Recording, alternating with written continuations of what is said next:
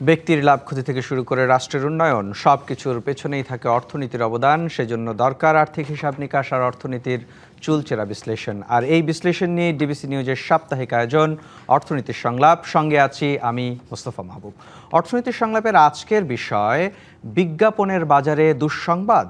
এ বিষয় নিয়ে আলোচনা করতেই আমাদের সঙ্গে স্টুডিওতে আছেন অ্যাডভার্টাইজিং এজেন্সি অ্যাসোসিয়েশন অব বাংলাদেশের যুগ্ম সাধারণ সম্পাদক এম.এ. মারুফ এবং আছেন অ্যাডভার্টাইজিং এজেন্সিজ অ্যাসোসিয়েশন অব বাংলাদেশের জেনারেল সেক্রেটারি সৈয়দ আপন আহসান এবং আছেন এস.এম.এ.সি অ্যাডভাইজারি সার্ভিসেস লিমিটেডের ব্যবস্থাপনা পরিচালক স্নেহাশিস বড়ুয়া। আপনাদের তিনজনকেই স্বাগত জানাই আমাদের আজকের অর্থনীতির সংলাপে। যেমনটা আগেই বলেছি, আমাদের আজকের আলোচনার বিষয় বিজ্ঞাপনের বাজারে দুঃসংবাদ। এ বিষয় নিয়ে আলোচনা করতে চাই। শুরু করতে চাই জনাব মারুফ আপনাকে দিয়ে। প্রথমেই আসলে একটু জানতে চাই যে বিজ্ঞাপন তো আমরা দেখি আসলে দর্শকের জায়গা থেকে নিশ্চয়ই বিজ্ঞাপন একটা বিরক্তির কারণ। যে কোনো টেলিভিশন অনুষ্ঠান যদি টেলিভিশনের কথাই বলতে যাই, নাটক সিনেমা বা যে কোনো আলোচনা অনুষ্ঠান দেখতে গেলেই আসলে মাঝখানে হঠাৎ করেই একটা বিরতি চলে আসে, বিজ্ঞাপন বিরতি। সেই যে একটা শিল্প বা সেই যে একটা বাজার, সেখানে আমরা শুনছি নানান রকম আঘাত এখন এসেছে। আপনার কাছে আগে একটু জানতে চাই যে আসলে কি ধরনের ধাক্কা আপনাদের এই শিল্পে এসেছে। ধাক্কার কথা বললে খুব স্পেসিফিক ধাক্কা বলতে হয়। একটা নতুন যে গ্যাজেট পাস হয়েছে বা গ্যাজেট এসছে এই বাজেট পরবর্তী সময়, সেখানে আমাদের বিজ্ঞাপন শিল্পের এমনি তো আসলে এমন একটা শিল্প, যে শিল্পটা একটা এমন একটা স্তরে বিলং করে সবার আগে এই বাজেটটা সবাই কেটে ফেলে। সো এমনি আমাদের শিল্পটা এই টপ লেয়ারে থাকার কারণে আমরা সবসময় যে কোনো ইকোনমিক ক্রাইসিসেই আমরা আসলে সংকটে পড়ি অ্যাজ অ্যান ইন্ডাস্ট্রি। তারপরেও আমাদের এই এখনকার ইকোনমিক সিচুয়েশনে যা ছিল গত বছর ওটা নিয়ে আমাদের একটা আর্জি ছিল যে 2% এআইটি এবং 10% অন কমিশন, এটার মধ্যে 2024-25 অর্থ বছরে ছিল হচ্ছে ইদার অর। যখন আমাদের ব্যবসাটা সাধারণত কমিশন ব্যবসা মোস্টলি, সো কমিশন বিজনেসের ক্ষেত্রে আমরা কমিশনের উপরে 10% এআইটি দিতাম অথবা গ্রসের উপরে 2% এআইটি দিতাম। তো আমরা 2025-26 অর্থ বছরে 24-25 অর্থ বছরে এটা হয়ে গেল গত বছর, হুইচ এভার ইজ হায়ার, মানে যেটা বেশি হবে, সেক্ষেত্রে ওটাই আমাদের জন্য একটা নেগেটিভ ক্ল্যাশ ফোর কারণ হয়ে যায়। কারণ আমরা আসলে 1.5% কমিশন থেকে নিয়ে শুরু করে 5% কমিশনের মধ্যে সাধারণত কাজ করি। এর মধ্যে যদি 2% নিয়েই যায় তাহলে আমাদের ওভারহেডস কোত্থেকে আসবে? এটা খুবই technically it does not make sense, business sense for us. So আমরা গত বছর অ্যাপিল করেছিলাম এনবিআর-এর কাছে যে হুইচ এভার ইজ হায়ার শব্দটাকে যেন সরিয়ে দেওয়া হয়। কিন্তু এবার সারপ্রাইজিংলি এটা 4% হয়ে গেল। তো এটা নিয়ে কী হবে? এটা অনেকগুলো স্পেকুলেশন আছে। নন কমপ্লায়েন্ট প্র্যাকটিসেস বাড়বে। আমি আসলে ঠিক এই ধাক্কার জায়গাটা শোনার আগে আপনার কাছে একটু জানতে চাই আসলে বিজ্ঞাপনটা জরুরি কেন? দেখেন, বিজ্ঞাপন বললে আমরা প্রথমে আসলে সবসময় ভেবে নিই আমরা চোখের সামনে যা দেখি অ্যাজ এ কনজিউমার, বা আমরা সাধারণ দর্শক হিসেবে আমরা বিলবোর্ড দেখি, কেউ নাচছে, কেউ গান গাচ্ছে, এগুলো দেখি। বিজ্ঞাপন আসলে খুবই ইন্টেলেকচুয়াল একটা শিল্প। বিজ্ঞাপনের মানুষজন আসলে একটু ডিফারেন্ট হয়, আমাদের অনেক রিসার্চ করতে হয়, ব্র্যান্ড তৈরি করবো বলে বলি আমরা, যে উই বিল্ড ব্র্যান্ডস। আমরা আসলে যেটা দেখি এটার পিছনে বিশাল বড় একটা সায়েন্স আছে। মানে সবাই আসলে বিজ্ঞাপন জগতের মানুষও হতে পারে না। It's not only about the creative things, এই আউটপুট যেটা আমরা দেখি, এটার পিছনে বিশাল বড় একটা স্টাডি আছে, ইনসাইট মাইনিং আছে, কালচারাল ট্রুথ নিয়ে আমরা কাজ করি। আমাদেরকে অনেকগুলো মানুষের সাইকোলজিক্যাল জায়গা থেকে ধারণা রাখতে হয়, অনেক সাবজেক্ট সম্পর্কে জ্ঞান রাখতে হয়। আমরা প্রবলেম সলভ করি। মানে আজকে একটা ব্র্যান্ড একটা প্রবলেম নিয়ে আসে, একটা মার্কেটিং একটা প্রবলেম নিয়ে আসে, ওটাকে আমরা সলভ করি। Sometimes we go beyond the traditional advertising বিজ্ঞাপন যেগুলো আপনার চোখে পড়ে। মানে আমি এরকম হাজারো উদাহরণ আছে, অ্যাওয়ার্ড পাচ্ছে, কানস লায়ন জিতে আসছে, এরকম 3-4টা কানস লায়ন আমাদের বাংলাদেশের ইন্ডাস্ট্রিতে আছে। সো বিজ্ঞাপনটা যা দেখা যায় বা আমরা যেটা দেখি আসলে ওটার পিছনে একটা অনেক বড় সায়েন্স আছে, এটার পিছনে একটা অনেক বড় স্টাডি আছে। আর কন্টেন্টের বা বিজ্ঞাপনের খারাপ ভালো থাকবে, মানুষের টেস্ট চেঞ্জ হবে, ওটা কেউ ধরতে পারবে কেউ ধরতে পারবে না। আপনার মনে পড়ে কি না জানি না, মানে আমাদের একটা সময় ছিল বিজ্ঞাপন দেখতে ভালো লাগতো। এখন আসলে সব জায়গায় আমাদেরকে ফলো করে, টেকনোলজির কারণে আমরা একটু বোর হই, আবার অনেক সময় বোর হইও না। মানে আমি একটা উদাহরণ দিই, এই ওয়ার্ল্ড কাপ খেলা দেখার সময় এই যে হাইড্রেশন ব্রেকের 5 মিনিটের বিজ্ঞাপন, এটা অনেক দিন পরে দেখার পরে মনে হচ্ছিল যে কতদিন বিজ্ঞাপন দেখা হয় না, টেলিভিশনের কথা বলতেছি। মানে আমরা সারাক্ষণ 3-3.5 মাইল স্ক্রল করি ইয়েতে, স্মার্টফোনে, ওইখানে আমাদেরকে জোর করে আমাদের ইন্টারেস্ট ধরে আমাদেরকে বুঝিয়ে দেওয়া হয়, কারণ এটা করবেই, টেকনোলজি আবার আসলে ওখানেই চলে গেছে। কিন্তু টিভিতে গিয়ে অনেক মনে হলো যে হ্যাঁ, মানে ভালো খারাপের ইয়েটা আমরা বাদ দিলেও ভালোই কিন্তু লাগছে, মানে একই বিজ্ঞাপন আমরা বারবার দেখছি। সো এটা আমি বিজ্ঞাপন শিল্পে কাজ করি বলে তা না, মানে আমি দেখলাম যে আমার বিজ্ঞাপনও তো বিনোদনের একটা জায়গা, বিজ্ঞাপন একটা বিনোদনের অনেক বড় মাধ্যম। ভালো বিজ্ঞাপন দেখলে মানুষের মন ভালো বসে যায়। নিশ্চয়ই আপনার কাছে শুনবো সৈয়দ আপন হাসান, আপনার কাছে একটু জানতে চাই, মানে যদি শিল্পের জায়গা থেকে বা বলবো যে বিভিন্ন খাতে পণ্যের, যারা পণ্য বিপণন করেন আর কি, পণ্যের উৎপাদকের জায়গা থেকে যদি জানতে চাই, মানে একটা ছোট্ট 3-4 শব্দের একটা হয়তো একটা জিঙ্গেল অথবা 30 সেকেন্ডের একটা ভিজুয়াল বিজ্ঞাপন, সেটি মানুষের মনোজগতের মধ্যে এমনভাবে গেঁথে দেয়া এবং সেই পণ্যের প্রতি এক ধরনের আকর্ষণ তৈরি করা, এই যে একটা অভাবনীয় বিষয়, সেই কাজটাই তো মূলত আপনারা পেছন থেকে করেন। সেই কাজটা করি, কিন্তু যেই কাজটা শুধু দেখা যায় যে একটা পণ্যের সত্য, সেটাকে মানুষের সামনে আমরা তুলে ধরি, এটা হচ্ছে গ্লেসিয়ারের শুধু মানে অল্প একটু পার্ট। কিন্তু এর আগে যেটাও বললো যে প্রোডাক্ট এবং ব্র্যান্ডের একটা ডিফারেন্সিয়েটর আমরা তৈরি করি। ধরুন চাল, তো চালই, এটা প্রোডাক্ট, এটা প্যাকেট করবেন যখন, তখন এটা প্রোডাক্টই থাকবে, ইটস এ কমোডিটি।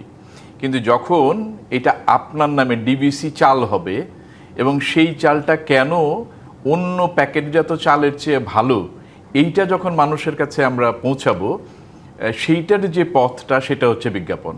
এইবার এইটার ভালো এবং মন্দ এটা বলার আগে ভালো বিজ্ঞাপন এজেন্সি যারা আছেন এবং ভালো মার্কেটিয়ার যারা আছেন, তারা আগে দেখেন যে এই প্রোডাক্টটাকে আসলে ব্র্যান্ড করা সম্ভব কিনা।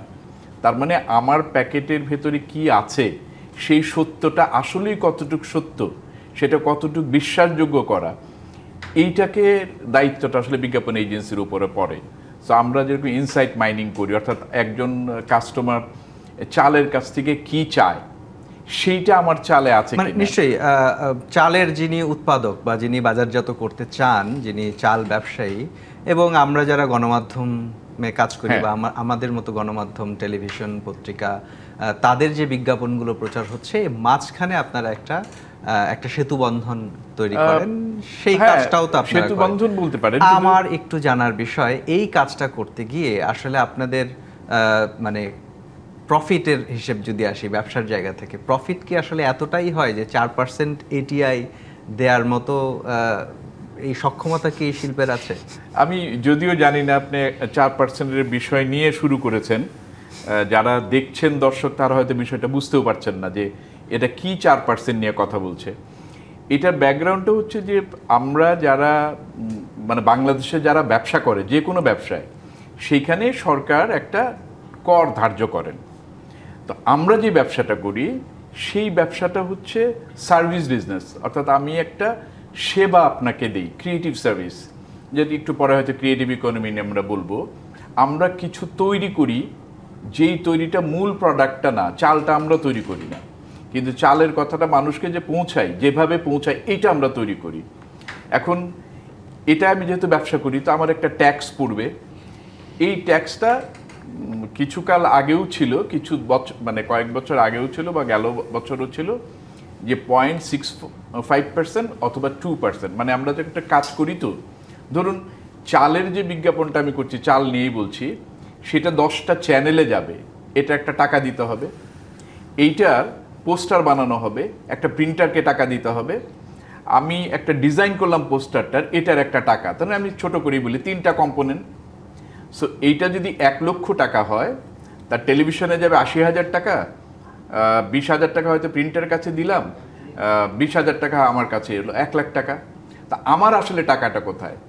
আমার টাকাটা হচ্ছে টেলিভিশনের চ্যানেল চুজ করা, কোন সময়ে যাবে, পোস্টারটা প্রিন্ট করা, পোস্টারটা কোথায় যাবে, এটা হচ্ছে আমার কাজ, এই সার্ভিসটা আমি দিই। আর ডিজাইনটা যে আমি করি, এটা আমার সার্ভিস। আপনার প্ল্যানিং অ্যান্ড ডিজাইন, এটা আমার সার্ভিস। তো এই সার্ভিসের জন্য পাই আমি 20,000 টাকা। আমার ট্যাক্স হওয়া উচিত এই 20,000 টাকার উপরে। তাহলে আমার যে এআইটিটা হবে এই 20,000 টাকার উপরে হবে।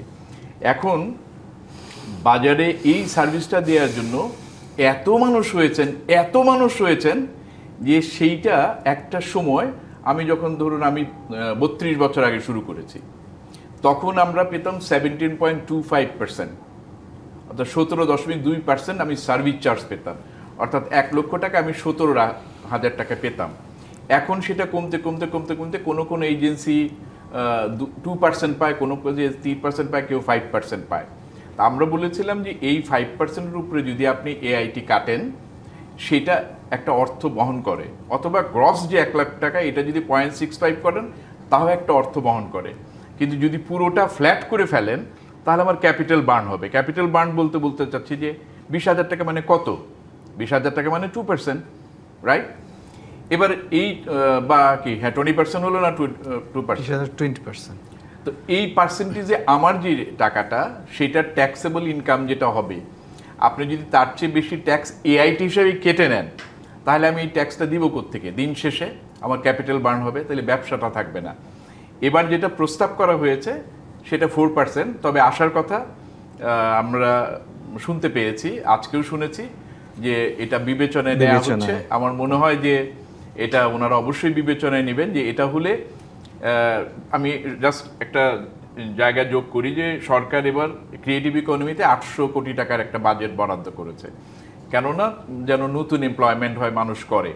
তা এখন যদি প্রতিষ্ঠান টিকে না থাকে তাহলে আমরা এমপ্লয়মেন্ট, কর্মসংস্থান হবে কি? নিশ্চয়ই আপনার কাছে আরো শুনবো। এই যে আপনি হিসাবটা দিলেন আসলে আয় ব্যয়ের, আমাদের সঙ্গে স্নেহাশিস বড়ুয়া এফসি আছেন, আপনার কাছে একটু শুনতে চাই আসলে প্রতিষ্ঠান যদি লাভই না করে তার উপরে কর বসানো, মানে এটা কি আসলে ডিম পাড়া হাঁসকে মেরে ফেলার মতো অবস্থা নাকি? আচ্ছা, প্রথমে আপনাকে ধন্যবাদ আপনাদের এই অনুষ্ঠানে আমাকে আবারও আমন্ত্রণ জানানোর জন্য। তো আমরা তো মারুফ ভাই এবং আপন ভাইয়ের কাছ থেকে এটা শুনলাম। তো এখানে আসলে এবারে যদি আপনি অর্থ বিলটা দেখেন, যদিও এখনও অর্থ বিলটা অর্থ আইনে রূপান্তর হয়নি, তো আমরা আশা করছি হয়তো 30 তারিখের মধ্যে বাজেট যখন পাস হবে তখনই অর্থ আইনে আমরা এই পরিবর্তনগুলো দেখতে পাবো। তো এটা এখনও কিন্তু সংসদে কিন্তু চলমান আছে ডিসকাশনসগুলো। তো এখানে যে জায়গায় আছে আমরা যদি কথা বলতে চাই যে আসলে আমাদের সবচেয়ে বড় আন্ডারস্ট্যান্ডিংটা যেটা দরকার সেটা হচ্ছে একটা ইন্ডাস্ট্রি কীভাবে অপারেট করে, যেটা আপন ভাই খুব সুন্দর করে বোঝানোর চেষ্টা করেছেন। আপনিও মিডিয়ার মানুষ, আপনিও বুঝবেন যে আপনি যখন একটা কাজ করেন, মানে আপনাদের মানে এই চ্যানেলে যখন কোনো একটা অ্যাডভার্টাইজমেন্ট যায়, তখন এজেন্সিরা কিন্তু স্লটগুলো বুক করতে হয়, মানে prime time, peak, off peak, বিভিন্ন টাইমে কিন্তু বুক করতে হয়। আপনারা টাকাটা কিন্তু সরাসরি হয়তো কোম্পানি দেয় না, কোনো এজেন্সির মাধ্যমে কিন্তু জিনিসটা যায়। তাহলে এই যে একটা বুকিং করলো, সবাই তো জানে যে ডিবিসি রেট কত। এখন কোম্পানি চিন্তা করছে ভাই কাজটা আমি না করে একজন এজেন্সি দিয়ে ম্যানেজ করি, কারণ they can operate it better, কারণ তার ওখানে স্পেশালাইজেশন আছে। এখন এটার সাথে যখন ক্রিয়েটিভ সার্ভিসে যুক্ত হবে, অনেক এজেন্সি আছে ক্রিয়েটিভ মিডিয়া থেকে আলাদা, মানে তাকে পুরো ক্রিয়েটিভের কাজটা একটা ক্রিয়েটিভ ফার্মকে দিয়ে করে নিতে হচ্ছে, মানে অনেক ক্ষেত্রে এটা আউটসোর্স করে নিতে হচ্ছে। কোনো সাপ্লাই লাগলে সেটা কিন্তু সব কিছু বাইরে থেকে আনতে হচ্ছে।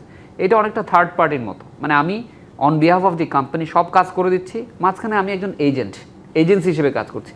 এখন এজেন্সি হিসেবে কাজ করলে আমার মার্জিন কিন্তু খুব থিন থাকে, কারণ এটা যেহেতু ভলিউমের ব্যবসা, মার্জিন খুব বেশি দিতে চায় না, আর বাজার তো কম্পিটিটিভ। তো যখনই দেখা যাচ্ছে এখানে অ্যাভারেজ মার্জিন যদি ভাইয়া যেটা বললেন 2% থেকে 5% হয়, তাহলে অ্যাভারেজ মার্জিন কত?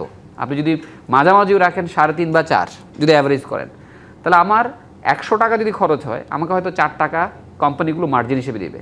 তাহলে এখন আমাকে যদি 104 টাকার উপরে যদি 4% ট্যাক্স কেটে ফেলেন, তাহলে ইফেক্টিভলি এটা আপনার ইকুইটি থেকে কিন্তু ব্লিডিং হবে, মানে ওনার ক্যাপিটালি কিন্তু চলে যাবে।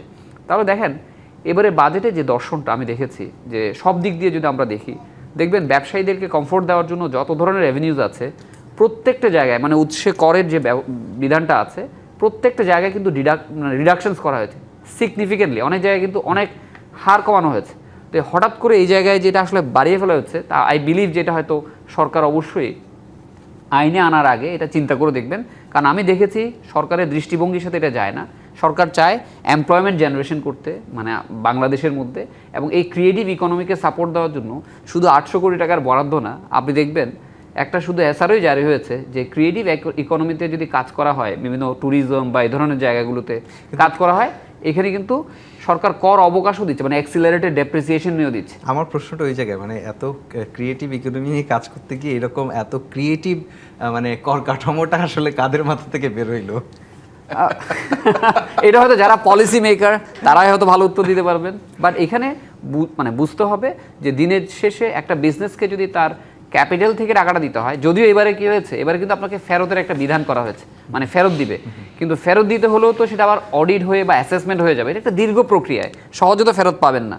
তো আলটিমেটলি গিয়ে 1 বছর 2 বছর 3 বছর যদি স্ট্রাগল করে, তো এই বিজনেসই তো বন্ধ হয়ে যাবে। 3 বছর তো এই ধাক্কা ওনারা সইতে পারবেন না। তাই বিলিভ যে সরকার এটা অবশ্যই গুরুত্ব সহকারে বিবেচনা এবং করছে। সেক্ষেত্রে মানে যারা ছোট ছোট এজেন্সি, তাদের তো বন্ধ হয়ে যাওয়ার ঝুঁকিটা নিশ্চয়ই অনেক বেশি। অনেক বেশি হবে। জি জি, কারণ তাদের তো ওই পরিমাণ ক্যাপিটাল সাপোর্ট নাই।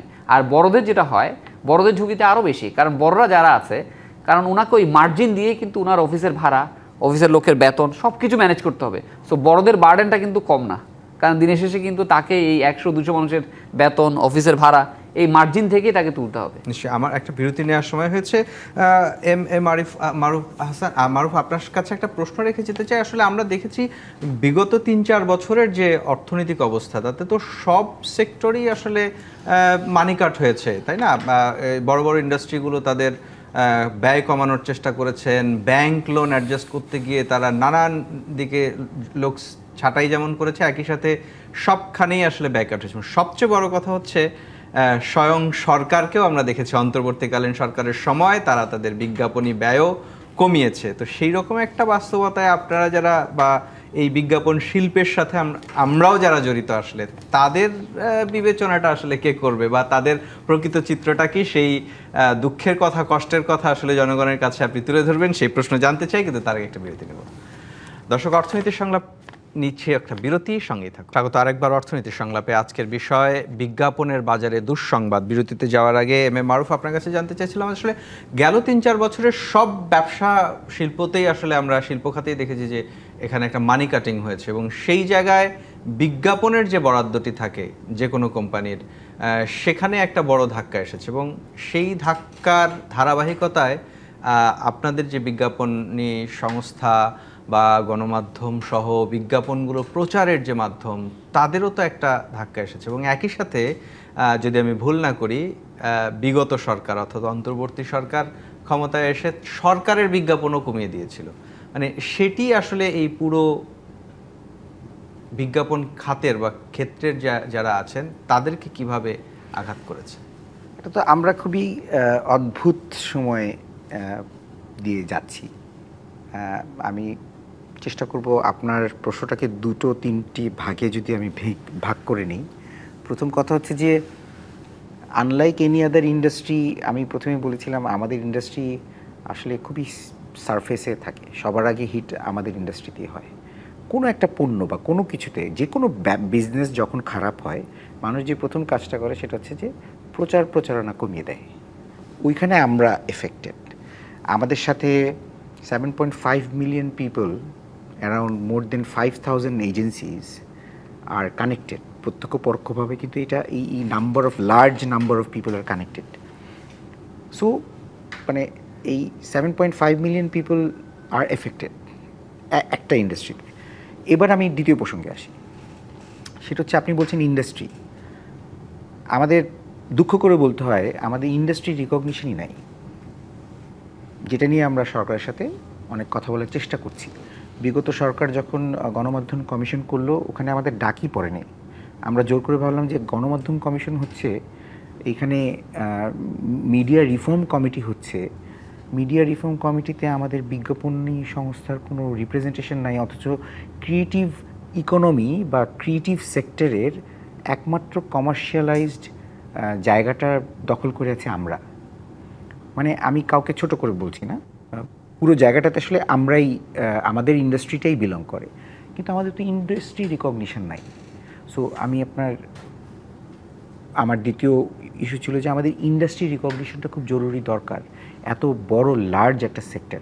আচ্ছা, প্রথমে একটা ক্ষতিগ্রস্ত সেক্টর, দ্বিতীয় হচ্ছে সেক্টরটার কোনো ফর্মালাইজেশন নাই। এবার তৃতীয় জায়গায় আসি। তৃতীয় ভাগটা হচ্ছে যে আমরা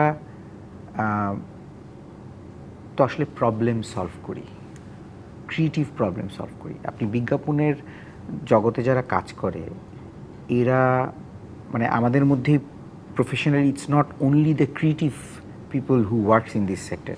আনলাইক এনি আদার ইন্ডাস্ট্রি, যে কোনো একটা ফ্যাক্টরিতে প্রোডাক্ট বানাতে হলে তো আসলে একটা চেইন অফ পিপল লাগে, স্ট্র্যাটেজিক প্ল্যানার দরকার হয়, প্রোডাকশন ম্যানেজার দরকার হয়, মানে শিক্ষিত জনগোষ্ঠীর কর্মসংস্থান এবং নষ্ট হচ্ছে।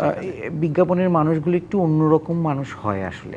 মানে একটা কথায় বলে না যে আমরা তো কালচারাল ট্রুথ নিয়ে আমাদের জায়গা নিয়ে অনেক বেশি কাজ করি, আমাদের কালচারালি খুবই এমবেডেড একটা জায়গা নিয়ে কাজ করি। সো এই সেক্টরের মানুষগুলো খুব বাজেভাবে ক্ষতিগ্রস্ত হচ্ছে এবং আমাদের ইন্ডাস্ট্রিটা খুব শ্রিঙ্ক হয়ে গেছে। নতুন লোক তৈরি হচ্ছে না বিকজ এডুকেটেড মেধাবী লোকজনও এখানে আসছে না। নিশ্চয়ই আপনার কাছে আরো শুনবো। সৈয়দ আপন হাসান, আপনার কাছে একটু জানতে চাই যে একই সাথে তো আমরা এটাও দেখছি যে আসলে এই বিজ্ঞাপন দেওয়ার যে প্ল্যাটফর্ম সেটিও তো আসলে শিফট হয়ে যাচ্ছে এবং মানে সেইটা কিভাবে আমাদের জন্য চ্যালেঞ্জিং হচ্ছে? যত সময় যাচ্ছে তত মিডিয়া প্ল্যাটফর্মগুলো বদল হচ্ছে, এক একটা সময় এক এক সময় হয়।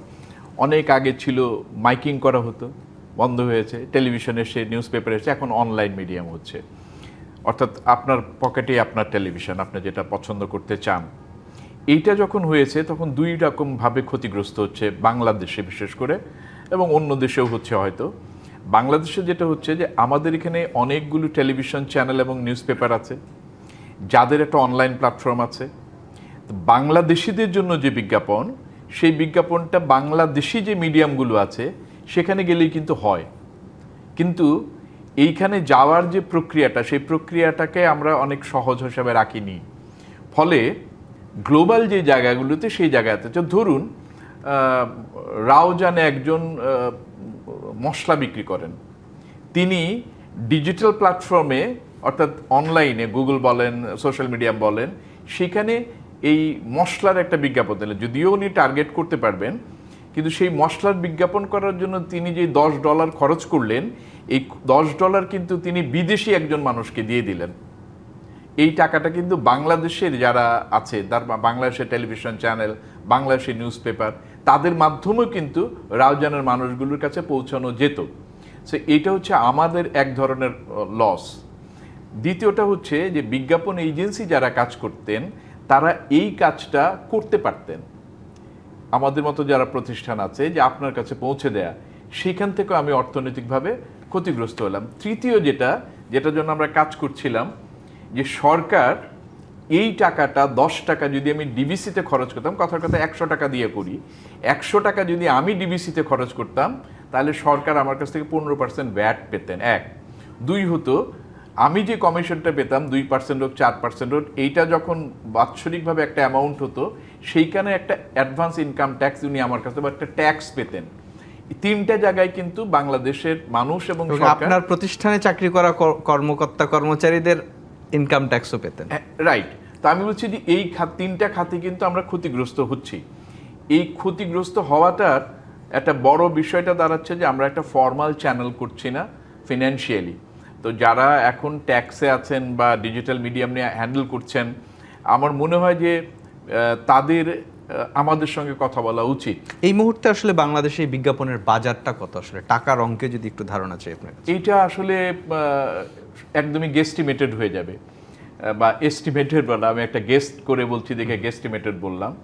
সেটা হচ্ছে যে আমরা জানি না, কিন্তু সরকার জানেন, চাইলেই পারেন। ফর্মাল চ্যানেলটা উনি অটোমেটিকলি বের করতে পারেন। আমরা যদি এইভাবে ফেলি যে আমাদের যেটা ট্রেডিশনাল মিডিয়া, টেলিভিশন এবং নিউজ পেপার, বিলবোর্ড এবং প্রিন্ট মিডিয়া ইত্যাদি মিলিয়ে এখন প্রায় 60% এখন ওখানে ব্যয় হয়, আগে যেটা 100% ছিল। 40% থেকে প্লাস একটা অ্যামাউন্ট অনলাইন মিডিয়ামে যায়। কিন্তু সেই 40%-এর 90% অর প্লাস ইনফর্মাল চ্যানেল ব্যবহার করে, 10% বা তার চেয়ে কম ফর্মাল চ্যানেল ব্যবহার করে। এখন ইনফর্মাল চ্যানেল এবং ফর্মাল চ্যানেল আপনি বুঝতেই পারছেন বিষয়টা কি। আমরা ফর্মাল চ্যানেলে যারা কাজ করি তারা সরকারের অনুমতি সাপেক্ষে অনলাইন মিডিয়াতে যে ব্যবসা করি সেটার ভ্যাট ট্যাক্স সরকারের কাছে পৌঁছে যায়। আরেকটা হচ্ছে সেমি ফর্মাল, যারা সরকারের কিছু রাস্তা ধরে সেই টাকাটা বিদেশে দেন, সেটা হচ্ছে সেমি ফর্মাল আর সেমি ইলিগ্যাল একটা জায়গা, যদিও ওটা ইলিগ্যাল। থার্ড হচ্ছে totally illegal channel, informal channel.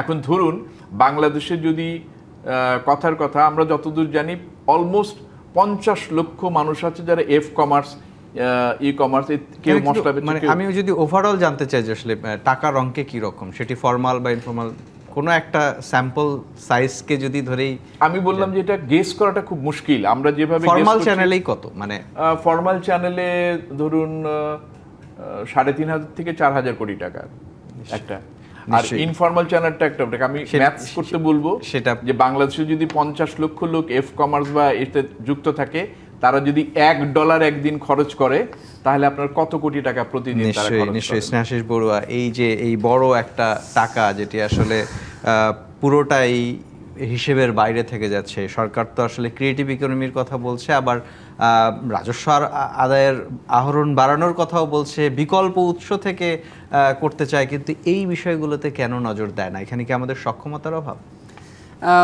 আসলে দেখুন না, আপনি যদি আমাদের আপন ভাই যে কথাটা বললেন, মানে যে সমস্ত ফেমাস মিডিয়ামগুলো দিয়ে এই অ্যাডভার্টাইজমেন্টগুলো হয়, এগুলোর জন্য আমাদের মূসক আইনটা খুব পরিষ্কার যে যারা এই সমস্ত নন রেসিডেন্ট পার্সন আছেন, যারা বাংলাদেশে ব্যবসাটা অপারেট করেন, আইন বলে দিয়েছে যে ভাই আপনাকে অবশ্যই বাংলাদেশে একজন এজেন্ট অ্যাপয়েন্ট করতে হবে to comply with your physical obligations. মানে স্পেসিফিক্যালি যদি আমরা বলি মূসকের পয়েন্ট অফ ভিউ থেকে, ওটা খুব পরিষ্কারভাবে বলা আছেন যে উনি ওনার বাংলাদেশ সোর্স অফ রেভিনিউ কত আছেন, এটার উপরে ভিএটি কত হবে, সেটা আপনাকে ডিসচার্জ করতে হবে। কার মাধ্যমে? Through the agent in Bangladesh. তার মানে যে কোম্পানি হোক, তাকে বাংলাদেশে মানে ভ্যাট অথরিটি কর্তৃক অ্যাপ্রুভড একজন এজেন্টকে দিয়ে এটা উনি ফাংশনসটা করবেন। এখন যে প্রবলেমটা আপন ভাই যেটা বললেন যে আসলে আমরা এজেন্টকে দিয়ে করলেও কতটুকু ফর্মাল ওয়েতে এই জিনিসটা মানে করা হচ্ছে, ট্রানজ্যাকশনসটা করা হচ্ছে, এবং আমরা তাদেরকে অ্যাকাউন্টেবিলিটিতে আনতে পারছি কি পারছি না, এটা হচ্ছে আমাদের সবচেয়ে বড় সমস্যা আমাদের ইমপ্লিমেন্টেশনে গিয়ে। আপনি যদি আইনে যান, আইনের মধ্যে কিন্তু ওদেরকে আইনে আনার জন্য মানে ভ্যাটে বিধানটা আছে। আবার এবারের অর্থ বিল যদি আপনারা দেখবেন, ওখানে খুব পরিষ্কারভাবে একটা বিধান করা হয়েছে যে এই সমস্ত অনলাইন প্ল্যাটফর্ম দিয়ে যারা ব্যবসা করেন বাংলাদেশে, তাদের বাংলাদেশে যদি অফিস নাও থাকে, কিন্তু তাদের যদি 1 লাখের বেশি সাবস্ক্রাইবার থাকে, তাহলে তার একটা স্থায়ী স্থাপনা আছে বলে ধরে নেওয়া হবে। তার মানে তাদেরকে ইনকাম ট্যাক্সের জন্য কিন্তু কি বাধ্যবাধকতাতে আনা হচ্ছে। এখন কতটুকু সেটা ইমপ্লিমেন্ট করতে পারবেন? কাগজের এই আইনগুলো বাস্তবায়ন করা যায় না কেন? ওখানে দুর্বলতাটা কোথায়? এখানে আসলে দুর্বলতার জায়গায় আমাদের অবশ্যই প্রাতিষ্ঠানিক সক্ষমতা তো একটা বড় জায়গা আছে, সেটা তো আমাদেরকে বুঝতে হবে। প্রথম যে জায়গায় দুর্বলতা, সেটা আপনাকে বুঝতে হবে যে আমাদের মনিটারি ফ্লোটা একটা কঠিন একটা জিনিস, যে আপনি যখন যে কোনো জায়গায় রেস্ট্রিকশনস দিয়ে দিবেন, তখন কিন্তু মানুষ ইজিলি ট্রেডটা করতে পারবে না। এখন যে জায়গায় হয় যে একটা প্রতিষ্ঠান যদি এরকম অনলাইন অ্যাডভার্টাইজমেন্ট যদি করতে চায়, তাহলে তাদেরকে অবশ্যই একটা অ্যাপ্রুভাল নিতে হয়। মানে অ্যাপ্রুভাল ছাড়া তো আপনি বাইরে টাকা পাঠাতে পারবেন না। কারণ ওই অ্যাপ্রুভালটা কেস টু কেস বেসিসে হয়, প্রায়র অ্যাপ্রুভাল হয় না। কিন্তু যারা অনলাইন অ্যাডভার্টাইজমেন্ট করেন, ওনাদের তো একটা সার্টেন লেভেলের উপরে না গেলে আপনাকে ক্রেডিট দিবে না। আগে আপনাকে টপ আপ করে রাখতে হয়। তার মানে আগে আপনাকে টাকাটা ডিপোজিট রাখতে হয়, ওখান থেকে অ্যাড চলে, তারপর আবার আপনি টপ আপ করবেন। তাহলে এই যে ট্রানজ্যাকশনসগুলো হয়, আমি মনে করি সরকারের উচিত সেন্ট্রাল ব্যাংক বসে যে কীভাবে ট্রানজ্যাকশনসটাকে সিম্পলিফাই করা যায়, যাতে আপন ভাই যে কথাটা বলছেন, মানে এই যে ইনফর্মাল ওয়েতে যেন ট্রানজ্যাকশনসটা বন্ধ হয়। নিশ্চয়ই। যখনই ফর্মাল ওয়েতে ট্রানজ্যাকশনসটা করা শুরু হবে, তখনই কিন্তু আপনি অটোমেটিক্যালি এই ফিসক্যাল ফ্রেমওয়ার্কে চলে আসবেন। পাশাপাশি এটাও মাথায় রাখতে হবে যে ধরেন আপনি যদি আজকে দুবাই থেকে কোনো কারণে একটা অ্যাড রান করলেন, এটা কিন্তু সম্ভব। মানে আপনি অ্যাডের টাকাটা দুবাই থেকে দিতে পারেন, সিঙ্গাপুর থেকে দিতে পারেন, বাইরে থেকে দিতে পারেন। আপনি চিন্তা করবেন আপনার কস্টটা কত। দুবাই থেকে যদি পে করেন, আপনাকে কিন্তু 15% ভ্যাটটা দিতে হচ্ছে না। বাংলাদেশ থেকে পে করলে আপনার কত? 15% ভ্যাটটা দিতে হয়। তখন তো যিনি বিজনেস চালান, ওনার জন্য তো ওভারঅল কস্টটা এটা বড় একটা ফ্যাক্টর। মানে সামগ্রিকভাবেই আসলে সব পক্ষের জায়গা থেকেই বিচার মানে বিবেচনা ফরেন করার সুযোগ কারেন্সির আছে। ইস্যুটা, ট্যাক্স ভিএটির ইস্যুটা, এগুলো সবগুলো মিলে একসাথে করতে হবে। প্লাস এই সমস্ত প্রতিষ্ঠানকে যদি বাংলাদেশে আনতে হয়, তাহলে আপনাকে কার সাথে কথা বলতে হবে? নিশ্চয়ই এই সংকটের সমাধান শুনতে চাইবো আপনার কাছে। তার আগে আরেকটা বিরতি নিয়ে আসতে চাই। দর্শক, আপনারা দেখছেন অর্থনীতির সংলাপ। এই পর্যায়ে নিচ্ছে আরেকটি বিরতি, সঙ্গেই থাকুন। স্বাগত আরেকবার অর্থনীতির সংলাপে। আজকের বিষয় বিজ্ঞাপনের বাজারে দুঃসংবাদ। স্নেহাশিস বড়ুয়া, আপনার কাছে শুনছিলাম আসলে এই যে একটা সংকট তৈরি হয়েছে, সেখান থেকে আসলে এখন উত্তরণের জন্য কি করা যেতে পারে? আসলে আমরা দেখছি যে নিয়ন্ত্রক সংস্থা যারা আছেন তাদের মানে তারা খুব বিচ্ছিন্নভাবে আসলে বিষয়গুলোকে দেখছেন। একটি সমন্বিত প্রচেষ্টা তৈরি করার জন্য কি করা যেতে পারে আসলে? আসলে দেখুন, আমি খুবই আশাবাদী, কারণ আমরা রিসেন্টলি বেশ কয়েকটা জিনিস দেখেছি। যেমন ধরেন, বাংলাদেশ ব্যাংকে যখন ডিভিডেন্ডের একটা রেস্ট্রিকশনস দিল যে ব্যাংকগুলো 2000 কোটি টাকার উপরে পেড আপ ক্যাপিটাল না হলে ডিভিডেন্ডের উপরে আপনার ট্যাক্স দিতে হবে, এনবিআর কিন্তু রাইট ওয়েতে কিন্তু একসাথে বসে এটা কিন্তু অ্যাড্রেস করে ফেলেছে। সো এই ক্ষেত্রে আমার মনে হয় যে সবচেয়ে বড় যে জিনিস, এই ইন্ডাস্ট্রি যারা চালান, যাদের অ্যাসোসিয়েশন আছে, তাদের সাথে তো অবশ্যই বসতে হবে। পাশাপাশি সেন্ট্রাল ব্যাংক, মানে যে যারা এই আউটওয়ার্ড রেমিটেন্স নিয়ে কাজ করে, ফরেন এক্সচেঞ্জ পলিসি ডিপার্টমেন্ট, তাদের সাথে এনবিআরের মূসক এবং আয়কর বিভাগ, এরা যখন সমন্বিতভাবে কাজ করবে তখন কিন্তু বল উইল স্টার্ট রোলিং, মানে এটা রোল করা শুরু করবে। তাহলে আউটওয়ার্ড রেমিটেন্সের জায়গাটা যদি পরিষ্কার হয়ে যায়, তখন আসবে কিভাবে যে আমার মূসক নীতিটাকে আমরা কী করতে পারি। এবং মূসক নীতিতে যখন যাবেন, প্রবলেমগুলো কিন্তু আইডেন্টিফাইড, কারণ এখানে অনেক ক্ষেত্রে ডাবল ট্যাক্সেশনস হয়। এবার একটা অংশ কিন্তু ওনারা সলভ করেছেন, তাহলে বাকি যে প্রবলেমগুলো আইডেন্টিফাই করে কীভাবে সলভ করা যায়, তাহলে আমি কিন্তু মূসকের প্রবলেমটা একবার সলভ হয়ে গেল। সলভ হয়ে গেলে আমরা কিন্তু তাদেরকে কিন্তু ভ্যাট জালে কিন্তু আনতে পারলাম, এবং রেটও অবশ্যই কি রিডিউসড হতে হবে। থার্ড পিসটা থাকে যে আমি একটা বাংলাদেশি প্রতিষ্ঠান হলে তার কাছ থেকে তো আয়কর পাই, স্বাভাবিক। মানে বাংলাদেশ যখন ডাবল ট্যাক্স ট্রিটি করেছে আজকে থেকে আরও 40 বছর আগে, তখন তো এই ডিজিটাল ইকোনমির কোনো কনসেপ্ট ছিল না। এখন আর অফিস তো লাগে না একটা অফিস চালাতে, মানে ওনাদের তো আর কোনো বাংলাদেশে অফিস খুলতে হচ্ছে না অফিস এই ধরনের এজেন্সিগুলো চালাতে। তো যেহেতু ডিজিটালি একটা অফিস ক্রিয়েশন হয়ে যাচ্ছে, ওই সমস্ত দেশের প্রতিনিধিদের সাথে, ওই সমস্ত দেশের সরকারের সাথে G2G কথা বলতে হবে যে ভাই দেখেন, আমাদের বাংলাদেশের ইকোনমিতে তোমাদের এখানে এই জিনিসটা ইনকাম অ্যারাইজ হচ্ছে বা ইনকাম উদ্ভূত হচ্ছে, তাহলে তোমরা যদি বাংলাদেশে যদি ফেয়ার শেয়ার অফ রেভিনিউটা না দাও, তাহলে আমরা পাবো কোত্থেকে? তো এই ক্ষেত্রে আমি মনে করি শুধুমাত্র সরকারের এই সমস্ত উইং কথা বললে হবে না, সরকার টু সরকারও কিন্তু কথা বলতে হবে। বসে একসাথে যদি সলভ করা যায়, তাহলে আমার মনে হয় যে ইমপ্লিমেন্টেশনটা অনেক ইজিয়ার হবে, সহজ হবে নিশ্চয়ই। সৈয়দ আপন হাসান, আপনার কাছেও শুনতে চাই আসলে এই যে দুঃসংবাদের কথা আমরা বলছি, সেই দুঃসংবাদকে আসলে আবারও সুদিনে কিভাবে রূপান্তর করা যায়? আমি এখন এটাকে দুঃসংবাদ বলতে নারাজ, আমি আশঙ্কা নিয়ে কথা বলি। দুঃসংবাদ তো সংবাদ হয়ে গেছে, স্নেহাশিস যেটা বললেন বা আমরাও যেটা জানি, যে এই সংবাদটাকে ঠিক করার হচ্ছে একটা আশঙ্কার জায়গায় হচ্ছে। এই সংলাপটা যদি আগে ওনারা আমাদের সঙ্গে করতেন, দেখেন আমার পেটে ব্যথা করে, ডাক্তার শুনতে চায়, তারপরে সে একটা ওষুধ দেয়, আরেকটা হচ্ছে না অ্যান্টিবায়োটিক খায় ফেলেন, যেটাই হোক। তো সরকারের রাজস্ব লাগবেই, আর সরকারের রাজস্ব আমার ইনফ্রাস্ট্রাকচার ডেভেলপমেন্ট, জনগণের সুবিধার জন্য, রাইট? তো আমি তো এই দেশেই থাকছি, এই দেশেই বাস করছি, এই দেশেই ব্যবসা করছি, তা আমিও তো সরকারকে রাজস্ব দিতেই চাই। আমাকে দিতে গেলে আমাকে একটা ব্যবসা করার সুযোগটা রাখতে হবে। আমাকে যখন ব্যবসা করার সুযোগটা দেয়া হবে একটা ফর্মাল পলিসিতে, তখন সরকারের রাজস্ব অটোমেটিকলি বাড়বে। আমরা বলতে চাই যে আমাদের যে পেইন আছে, আপনার যে পেইন আছে, দুটো পেইনই চলেন আমরা শুনি, শোনার পরে আমার পেইনটা আপনি কি করে সলভ করতে পারেন দেখেন, আপনার যে পেইন সেটা আমরা কিভাবে সাজেস্ট করতে পারি যে আপনাকে আমরা সলভ করে দিই কি করে। আমি শুধু আপনাকে বলছি, এটা সরকার যদি অ্যাডভার্টাইজিং এজেন্সিজ অ্যাসোসিয়েশনের যে প্রপোজাল, আপনি যারা বিজ্ঞাপন কাজ করেন, বিজ্ঞাপন দেন, রাউজানের যেই মানুষটা হোক আর পঞ্চগড়ের যেই মানুষটা হোক, তাকে যখন এই ফর্মাল চ্যানেলে আনবেন, তখন ওই $1 যেই ট্যাক্সটা সেটা আপনি পাবেন। এখন অলমোস্ট 90% আপনি সেই টাকাটা পান না। তাহলে কি হবে?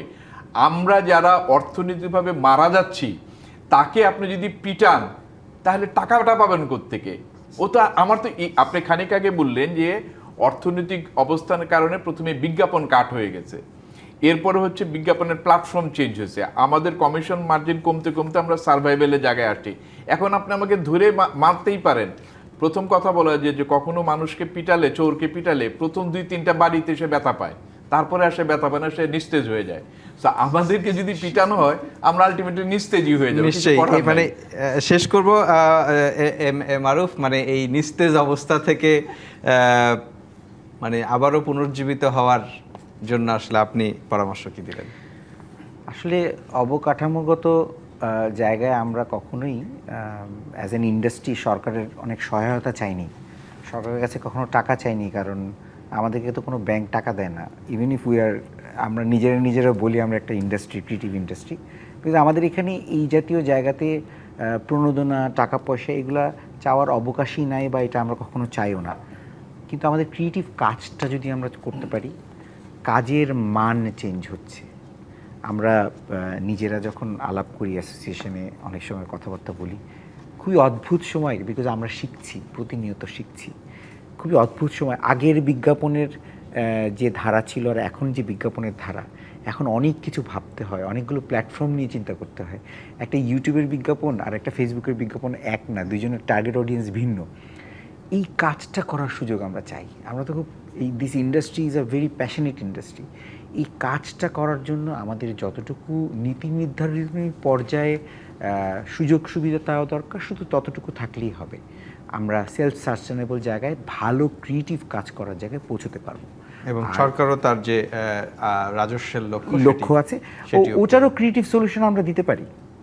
অনেস্টলি ওটার ক্রিয়েটিভ সলিউশন আমরা দিতে পারি, আমাদের কাছে কখনো চাওয়া হয়নি। আমি জাস্ট খালি বলতে চাই যে সরকার 300 কোটি টাকা ক্রিয়েটিভ ইকোনমির জন্য বরাদ্দ করেছেন, যেটা হয়তো আপনি কথা প্রসঙ্গে বলেছেন। 500 কোটি টাকা ব্যাংকের CSR ফান্ড থেকে, অর্থাৎ 800 কোটি টাকা ক্রিয়েটিভ ইকোনমিক ডেভেলপমেন্ট অথরিটি বলে একটা জায়গাতে যাবে। আমার খুব হার্দিক রিকোয়েস্ট থাকবে যে এই ক্রিয়েটিভ ইকোনমি ডেভেলপ করার জন্য 800 কোটি টাকা কিভাবে ব্যয় হবে সেইটা রূপরেখা করার সময় যেন অবশ্যই আমরা যারা ক্রিয়েটিভ ইন্ডাস্ট্রিতে কাজ করি এই অ্যাসোসিয়েশনকে নিশ্চয়ই আমরাও চাইবো সরকার তাদেরকে সময় দেবে। আজকের মতো বিদায় নিতে হচ্ছে, আপনাদের তিনজনকেই ধন্যবাদ আমাদেরকে সময় দিয়েছেন। দর্শক, আজকের মতো বিদায় নিচ্ছে অর্থনীতি সংলাপ থেকে। ফিরবো অন্য কোনো শনিবার রাত 10টায়। থাকবেন আপনারাও, ডিবিসি নিউজের সঙ্গেই থাকুন।